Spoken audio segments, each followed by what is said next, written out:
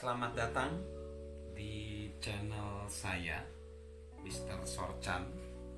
Kita akan belajar saat ini tentang mentoring self improvement, dan temanya saat ini adalah tentang mengapa sih kita harus melakukan self improvement, mengapa kita harus melakukan pertumbuhan pribadi atau pengembangan diri. Nah, mengapa melakukan program atau mentoring perkembangan diri atau pengembangan diri atau pertumbuhan diri itu karena memang pertumbuhan atau perkembangan diri itu tidak bisa berlangsung dengan sengaja.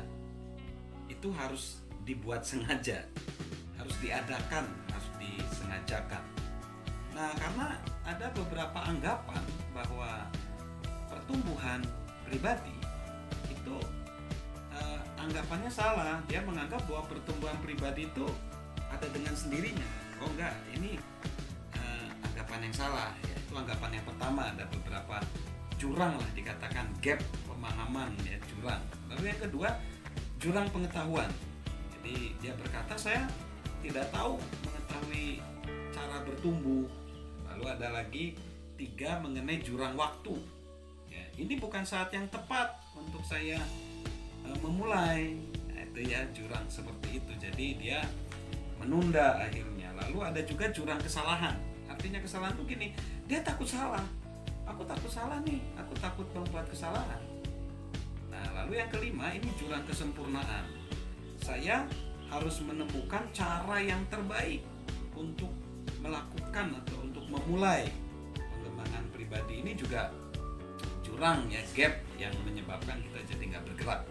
Lalu yang selanjutnya adalah jurang perbandingan. Dia coba orang lain kayaknya lebih baik nih dari saya gitu. Nah, ini juga masalah nih, problem. Lalu ada juga jurang harapan, di mana saya kira mudah ya mengembangkan pribadi ya. Jadi itu yang membuat mereka jadi nggak bergerak. Nah, sebenarnya ada 4 hal ya untuk kita mengalami satu kesuksesan, keberhasilan, kebahagiaan dalam hidup ini. 1, persiapan.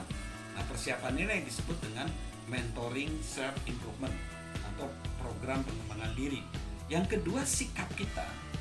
Lalu yang ketiga, kesempatan. Ini kesempatan ini dari Tuhan ya, kadang-kadang dari situasi kondisi. Dan yang keempat, tindakan.